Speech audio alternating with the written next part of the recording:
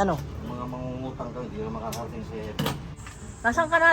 Di kita makita. Yung 80 na binibili namin na malaking sako ay ginawa nilang 200. Oh, andyan ang mga Mirabilis.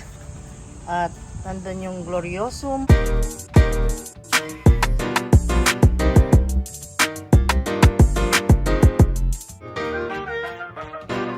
Hi guys! Good morning! Happy Sunday! Nandito tayo sa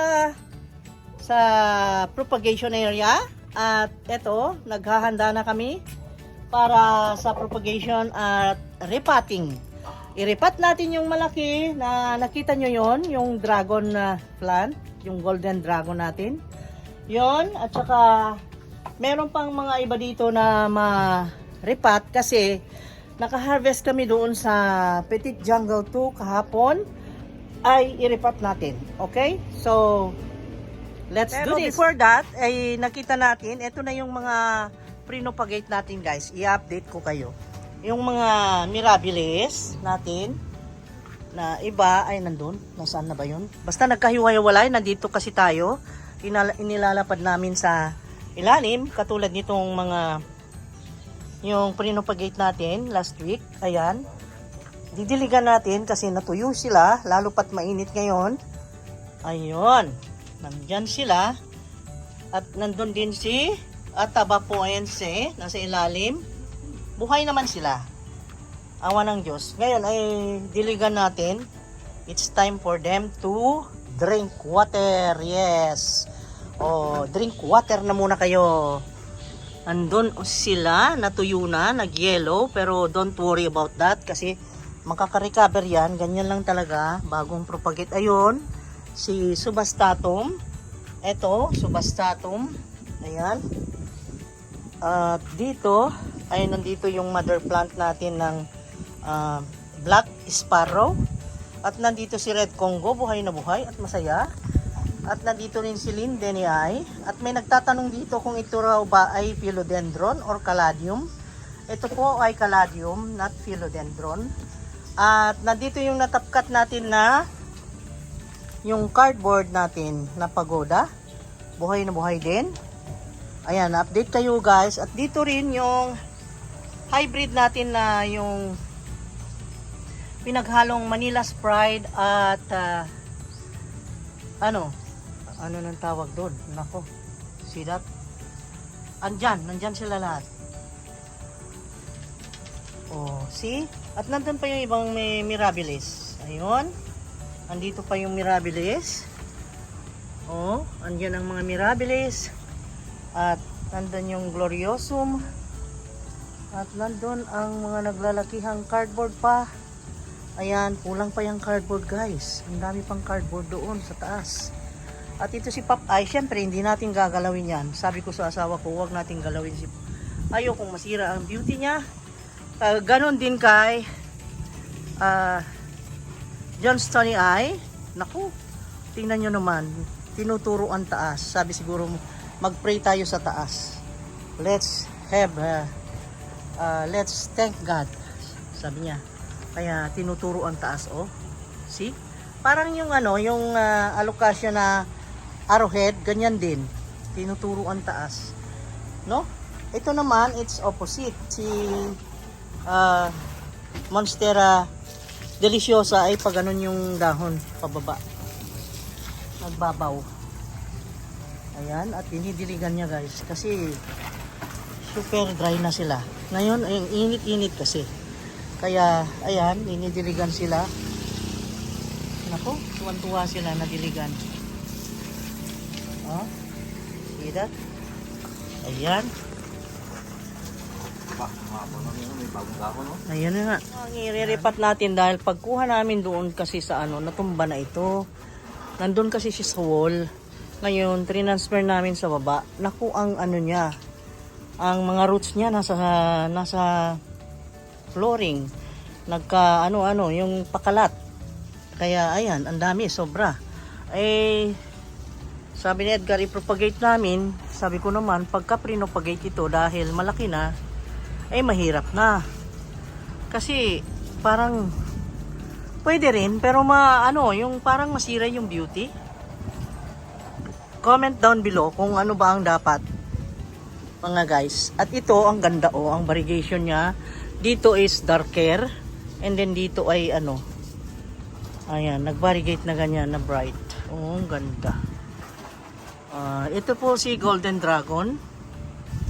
Ayan. Oh, ang ganda ni Golden Dragon. Nakita nyo. Si Golden Dragon, a very strong plant also and very beautiful. Ayan. Ito naman si Tiger Albo natin na Monstera ay ito. At isa lang ang leaf na may variegation, pero I'm just hoping na sa susunod na papanganak niya, kasi meron na namang nagbukol dito, guys. Oh, nakita mo yan, nagbukol. Ayan, oh. May bukol na naman siya. Bakit ba hindi ma-focus? Uy, focus ka naman. Ayan, oh, may nagbukol. May anak na naman siya. So, kahit dito sa Thai constellation natin, tingnan nyo. May nagbukol at papalabas na baby. Ayun, baby leaf. Ayan. Nakita mo yan? Ang ganda, diba? Beautiful. Ito naman ay dinidiligan nga si Epiphremnum pinnatum aurea. Ito si aurea. Ayan. Ito po ay ito yung kino-consider natin na parang similar sa Monstera, parang Monstera ng Pilipinas. 'Yun ang tawag ko dito. Ewan ko sa inyo. Monstera ng Pilipinas kasi ito parang Monstera nung una nga, nung hindi ko pa alam yung mga Monstera na 'yan, ang tawag ko dito Monstera. Epiphremnum pinnatum pala ang pangalan. Ayan. So alam na natin. Ayan, at didiligan ni Edgar lahat ito. Ito, oh. Dahil nalantutay sila. Pero happy sila, oh. Kita mo? Happy sila. Ayan.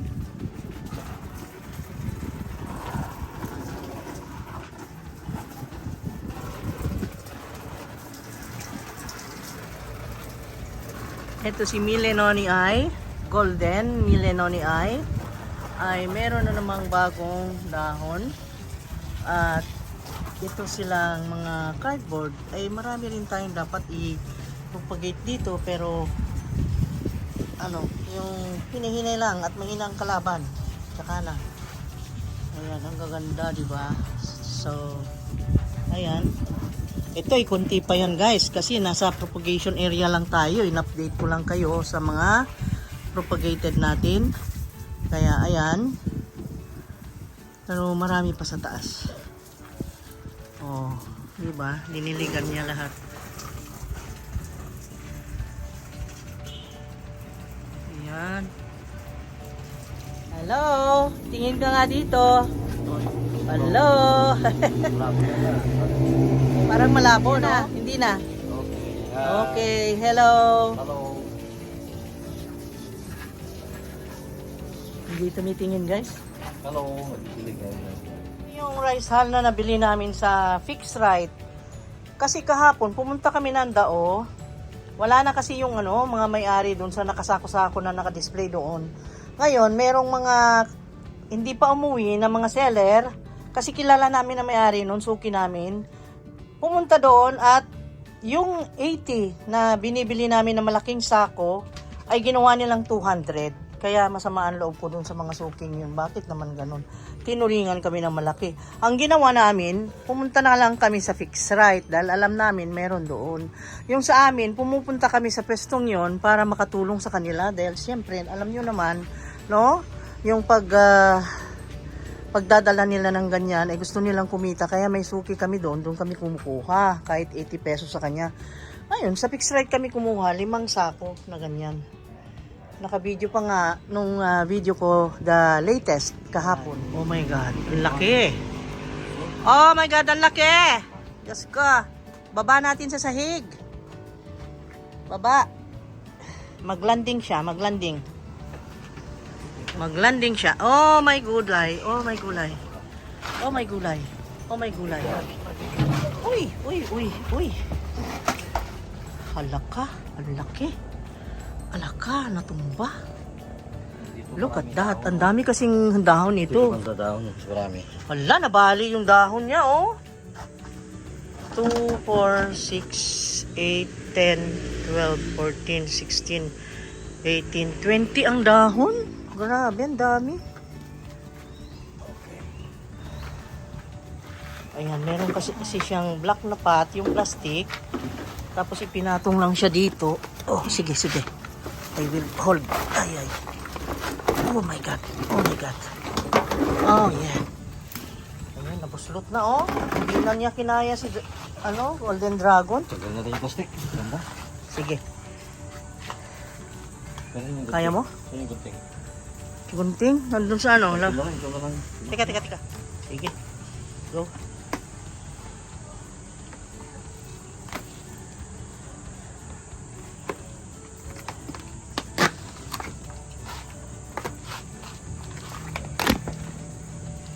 Punong-puno ng roots. Grabe, oh. Talaga, yung iba nga nagsilibasan. Nagsilabasan na. Grabe, ang roots. Kita nyo? Dami, ah.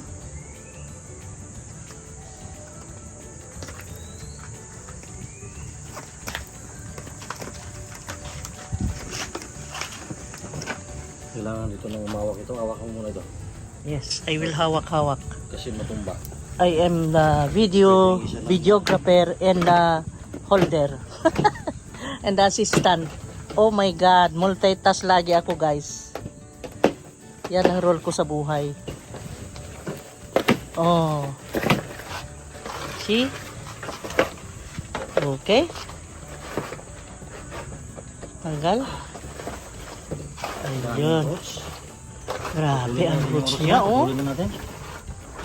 Dami. Tulin na natin ang roots, oy. Oo, para malinis ang konti. May lubog naman siya sa rice hull mamaya, si okay lang. Ang dami niyang roots sa ano eh. Dami. Ano? Tutulin ko na yung Wow, roots iba. tingnan mo naman yan, oh. Kayaan ko lang. Look at that Kayaan naman. mo lang para mas lang healthy. Ang laki. Punong-puno. Uy!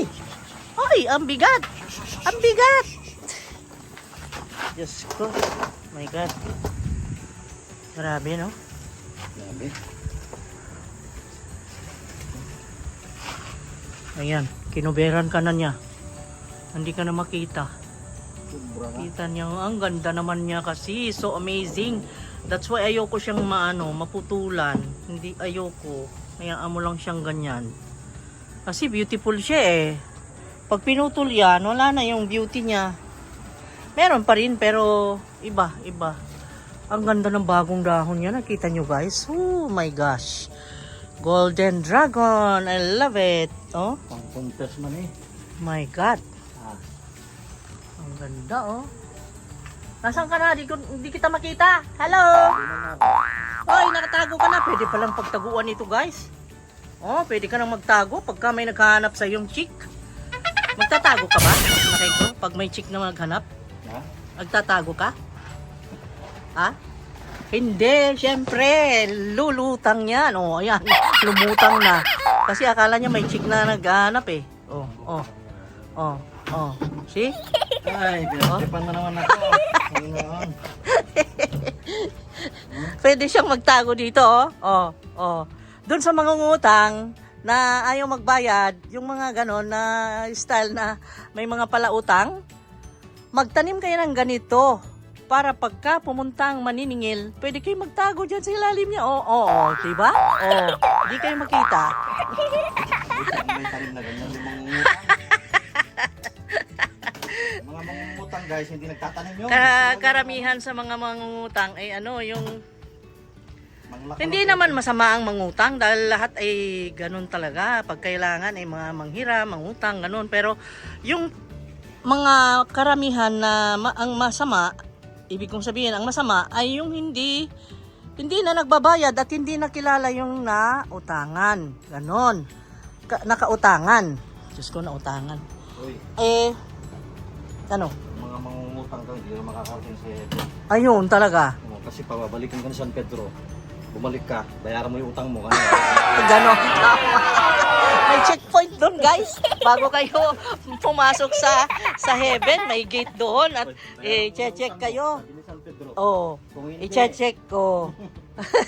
I-check ni San Pedro daw kung nakabayad na ba kayo ng utang nyo, ha? Ang kaso mo nga lang yung mga iba ayaw na magbayad ng utang ayaw magbayad pagka sinabing utang, yun pala pag binigay mo na sa kanila ay ano lang, yung bigay mo na yon ay hindi, pinaghirapan mo yung pera bago ganun. Sa akin, ilang beses nang nangyari yan. Ilang beses na. Guys, sumbong na. Totoo naman, ang daming nakautang hanggang ngayon hindi nagbabayad. Bakit ganun? Ay hindi naman ako ganun. Bakit kayo ganun sa akin? Alam nyo, yung mga mangungutang na hindi marunong magbayad at hindi marunong makipag-usap dun sa ano, kahit hindi ka makabayad halimbawa sa oras, pero makipag-usap ka sa tao na pinagutangan mo, syempre.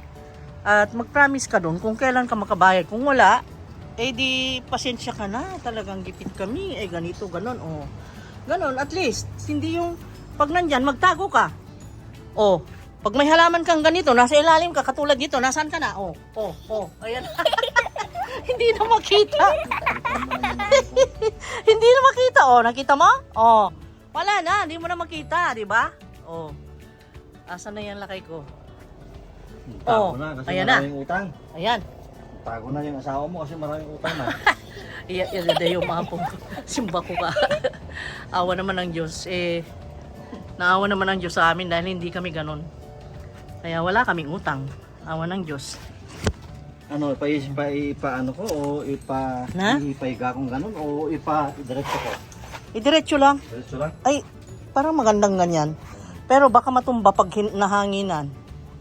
Pero nakalin siya Diretso na lang. na merong nakasandalan niya, okay lang. Pero pag solo niya, ay matumba siya. Okay lang, okay lang. Okay lang. Diba? Ayan, ang ganda. Ito yung binili namin sa Fixrite. Tama pala yung sinabi nung yung naghatid kahapon, yung sales boy nila. Dinoble daw nila ang sako kasi parang lumiit na yung parang nalata. Kumbaga na yung naluto raw sa init dun sa warehouse nila, yung rice hull, kaya lumiit, nag-shrink. Kaya dinoble nila ang sako. Ayan. Lagyan na natin ng rice hull.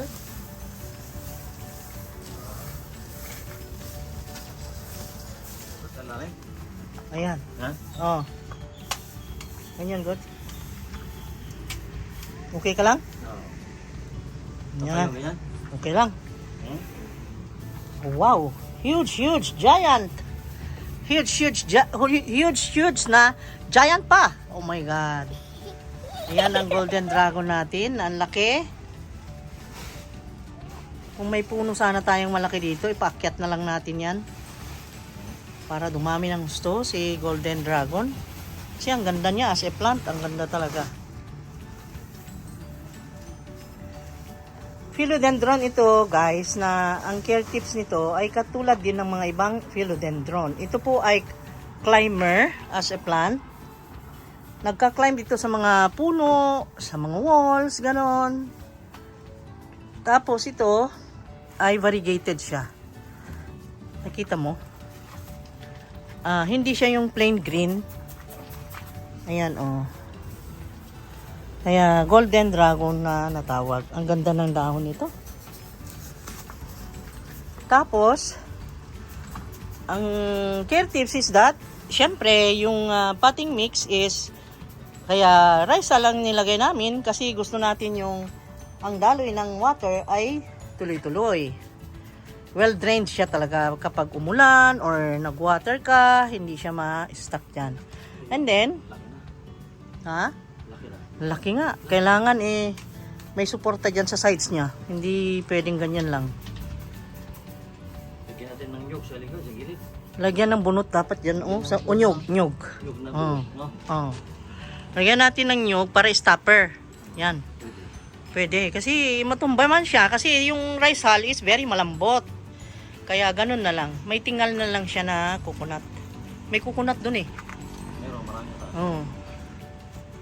Kasi may coconut kami doon sa taas guys. Ipakita ko. Lahat na lang pinapakita eh.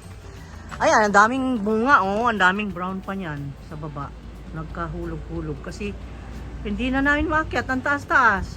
Ayan, tapos gumapang pa yung serratum doon sa ilalim niya. Kaya ayaw namin magalaw. Ang ganda rin kasi nung umakyat na philodendron doon. Ngayon, eto na. At titingalan pa. Ayan. Pagod na yata ang ating ano. Okay ka lang? Oo. Diyos ko, ang propagator natin. Sobrang sipag niyan. Pero usog.